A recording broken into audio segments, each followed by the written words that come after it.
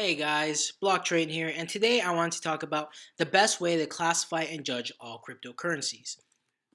Now, before I get into this list that I have up right now, I just wanted to say that this isn't some end-all be-all method of classifying coins, and actually there are a lot of coins that go between these classifications.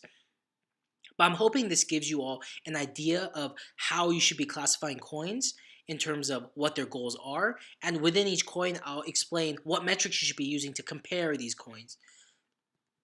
And so that said, let's get right into payment coins. And so on the right, I have just a list of classifications for what you should be looking at when you're deciding which payment coin to buy and how important those are. So let's get started and let's talk about fees. Now, fees, I think right now are actually the least one of the least important things to judge about payment coins because almost any notable payment coin has incredibly low fees, so less than 5% at least.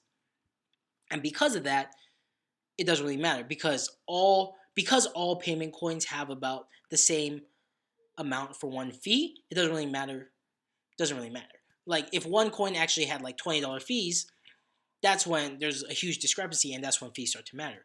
And please keep in mind that when I'm talking about payment coins, I'm actually not talking about Bitcoin because Bitcoin is a really special case where it has more adoption than any other coin, more security, it's been going on longer than any other coin, and it has by far the most stress tested ecosystem.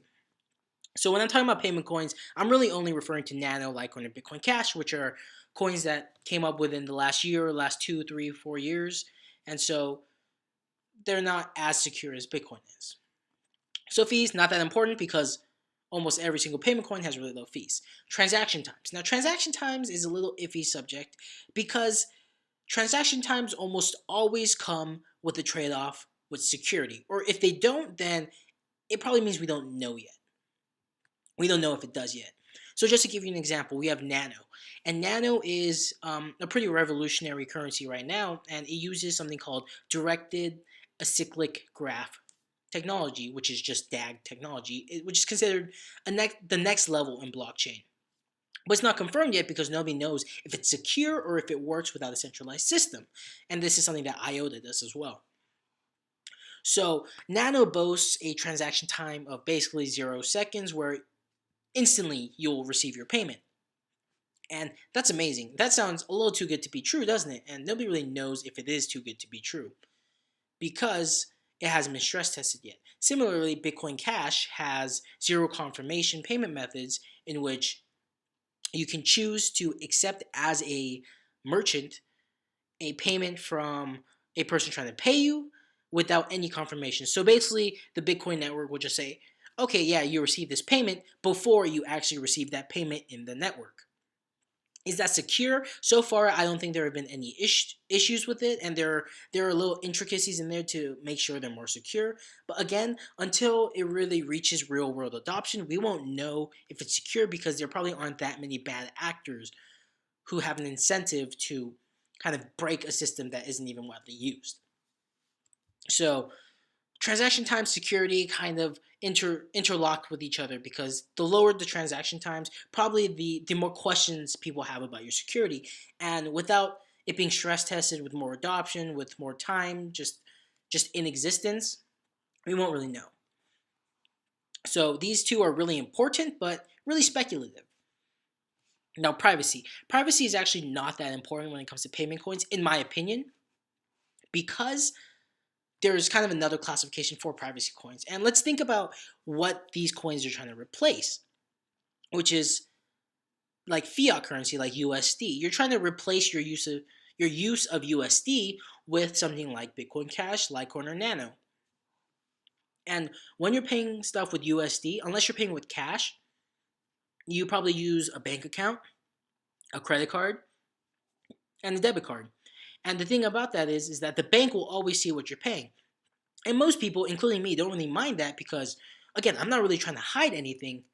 And so I think privacy is actually not that huge of a factor for regular payment coins, but just kind of the bare minimum of something like Bitcoin, where even though your transactions are visible, who you are is hidden, or maybe your transactions are hidden a little bit, but who you are is available, or maybe it's not distributed to everyone. Maybe there's a way to hide it. These are all things you should be thinking about for these coins, but again, it's not the main thing you should be looking at. And the main thing you should be looking at is ease of use and adoption. Now, ease of use is what I'm using to refer to things like the graphical interface of wallets, payment processing software that comes out for things like Bitcoin, something like BitPay. Basically, how easy is it to actually use this currency? Does it have wallets that you can just quickly go into and send money? Does it have point of sale technology where it's really easy for you to just scan something and immediately the payment is received, or within a minute the payment is received? Does it have that functionality amongst all those points where you would want to spend that money? And this is incredibly important because it drives adoption. When a coin is incredibly easy to use, to pay, to send, to transfer, to receive, that's when people will start using that, along with lower fees and high transaction times. And so I think when you're looking at these payment coins, the first two, fees and transaction times, security kind of locked around transaction times, and ease of use and adoption are by far the most important.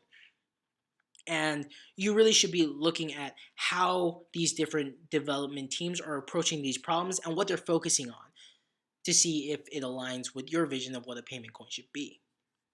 So that said, I want to use all that to justify me saying that for all the money you're going to put in cryptocurrencies, I think you should only put around 10% into payment coins, because I think replacing something like fiat USD is an incredibly ambitious goal.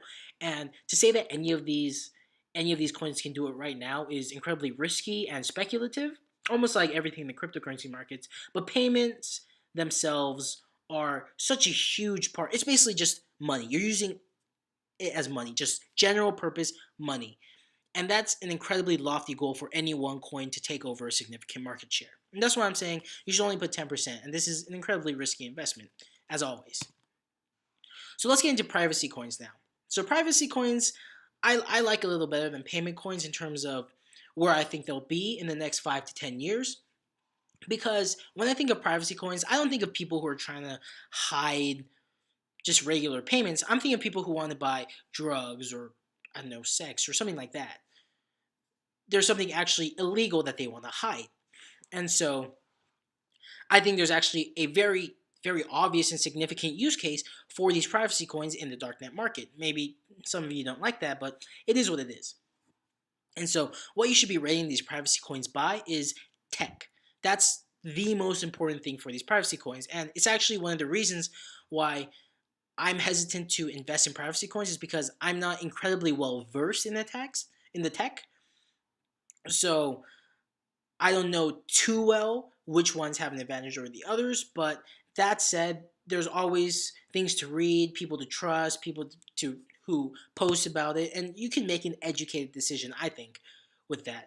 And I think also one of the best things to be looking out for is, even if you don't use things like the darknet market, if you want to make money off of these privacy coins, you should be keeping tabs on what illegal markets are actually using this coin, because that's what's going to increase adoption for people like these criminals, basically, who want to buy drugs, who want to buy like something like sex, will actually use these coins to buy that. Where are they using it? Who's using it? How many people are using it? And that will actually drive up the cost. And the reason why I like privacy coins is because I actually think the price will be driven by adoption more than hype for these coins. And so the underlying value of these coins will be way more accurate than almost any other coin. And that's why I'm saying that you should invest around 20% into the privacy coin of your choice, or maybe split amongst different privacy coins based on how you're feeling. But I think privacy coins in general are going somewhere faster than most other coins are. So now let's get into platform coins.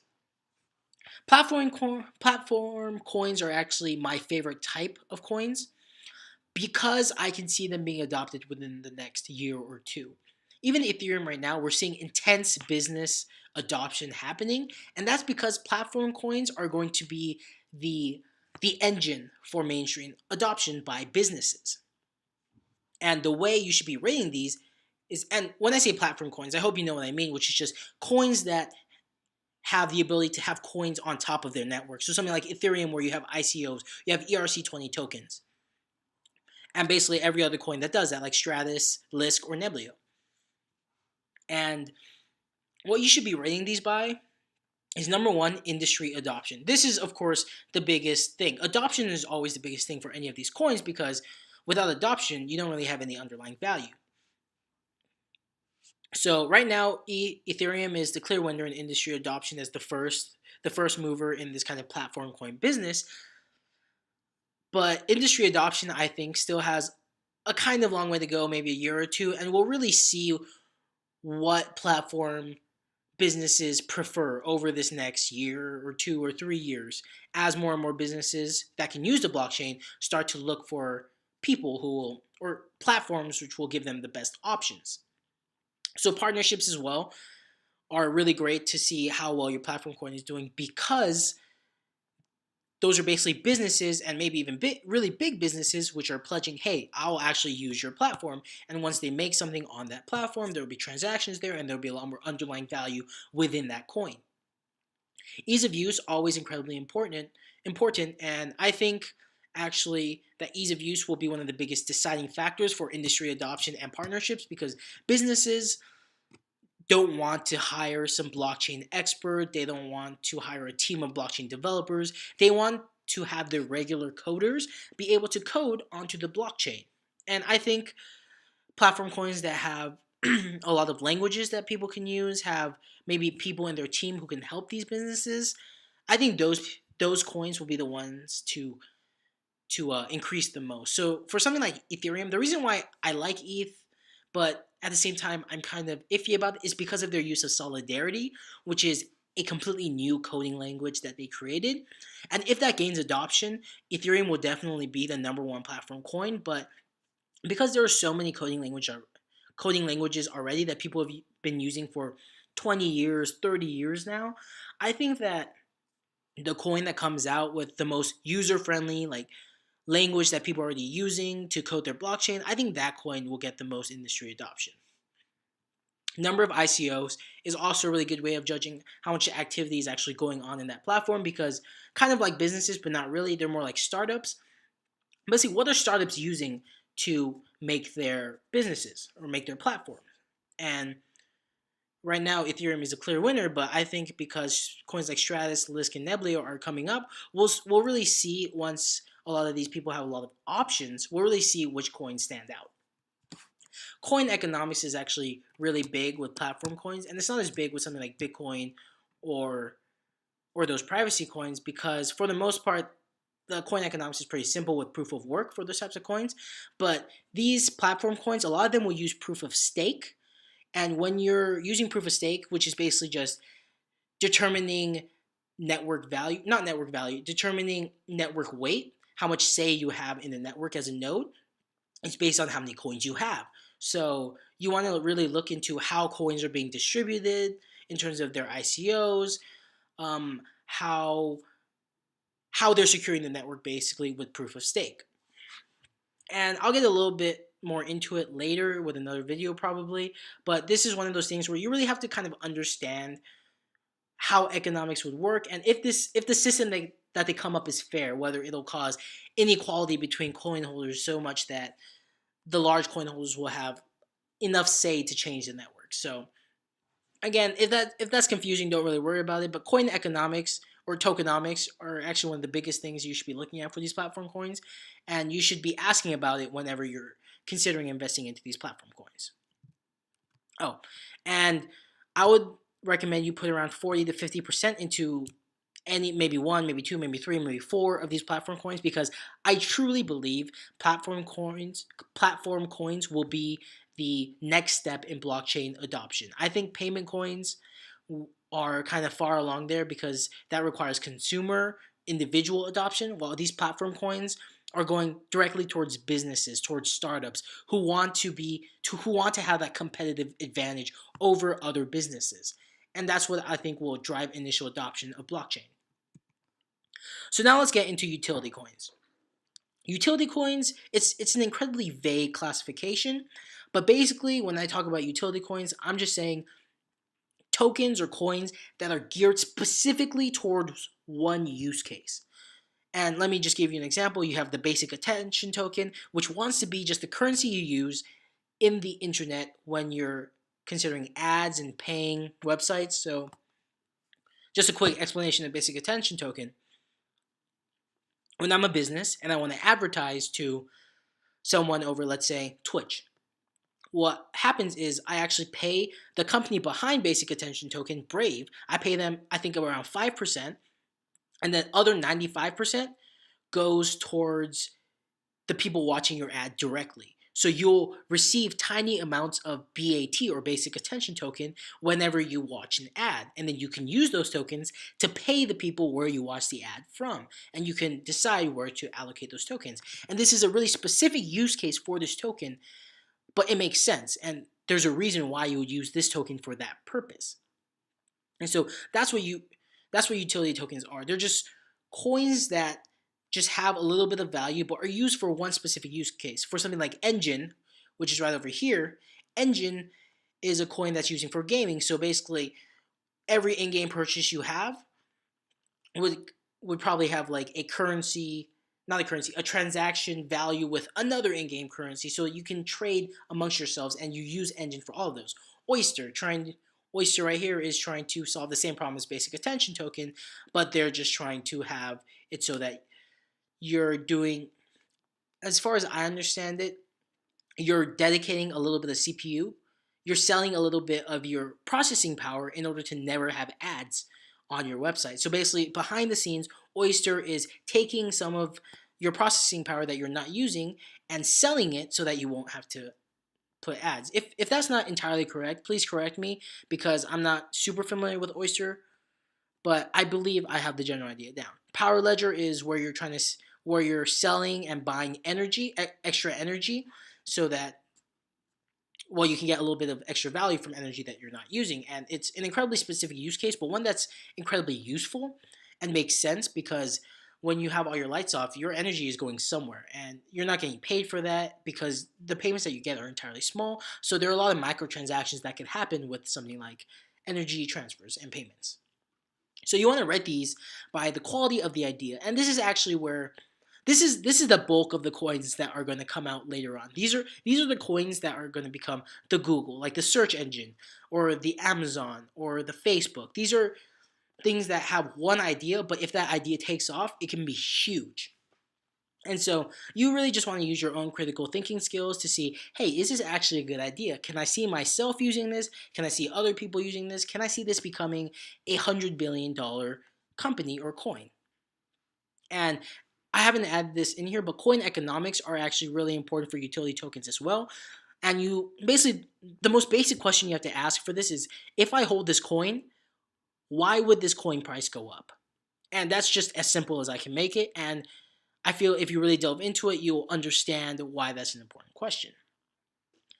And so there are also some industry-specific metrics you should be looking at. So basically, just you have to consider each of these coins because they're so different in what they do, but they all have a general purpose, one specific use case.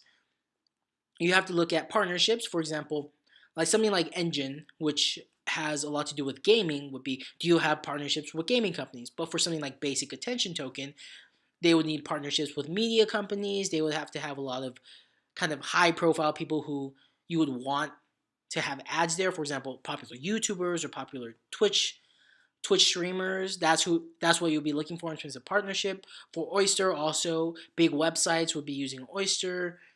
Maybe that kind of partnership. Community adoption, always huge with these utility tokens, because at the end of the day, almost every single one of these tokens will be geared towards the consumer. And business adoption for things like maybe Power Ledger, for for actually energy companies to use Power Ledger.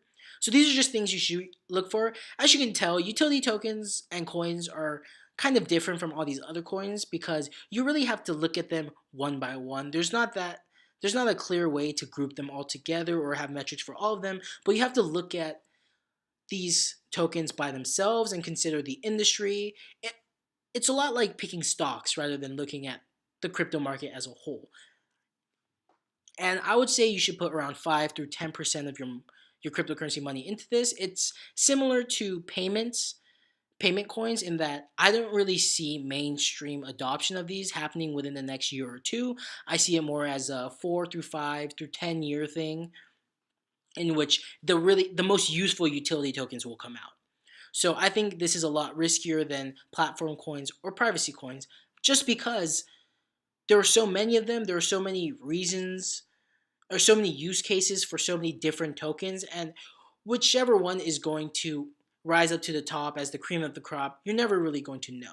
But at the same time, your potential for returns are so huge that I think it's worth putting in 10% for one you might feel extremely confident about. What I don't recommend is putting 10% into a bunch of different utility tokens because I don't think that you'll get any returns that way because most of them will fail. So this is one of those, if you have faith in it, why not go for it, moonshot type of deal. So now we're at our last coin. Now these are directed acyclic graph coins or DAG coins, which I mentioned earlier.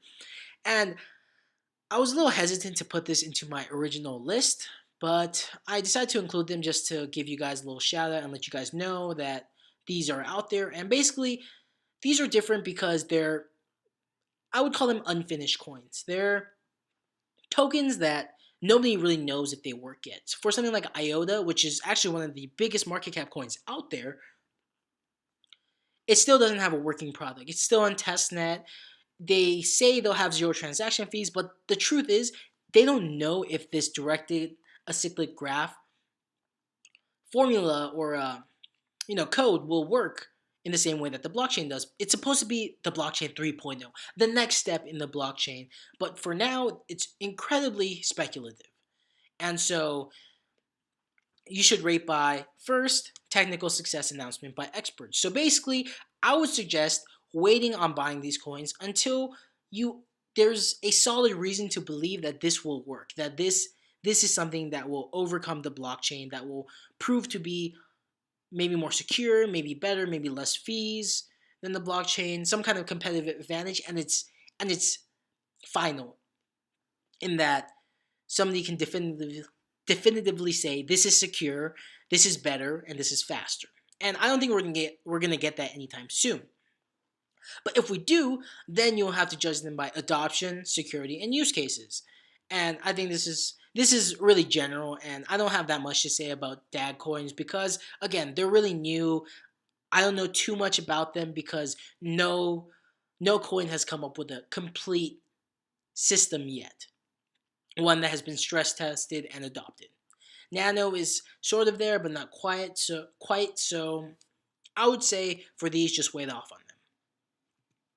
So yeah, that's all the coins that I want to talk about. I hope you learned something, and this isn't any investment advice or really recommendations from me to buy any specific type of coin, even though it might seem like it, but it's me trying to explain my thoughts about this entire industry and what really you should be looking for and what I think will become big first, basically, because I'm incredibly bullish about blockchain and cryptocurrencies in general, but I have ideas about which coins and which different kinds of coins basically will be successful first. And if you disagree, please leave a comment and let me know why. I will definitely take that into consideration. But for all you crypto beginners out there who have watched this video, I really hope it was useful for you guys. So thank you for watching.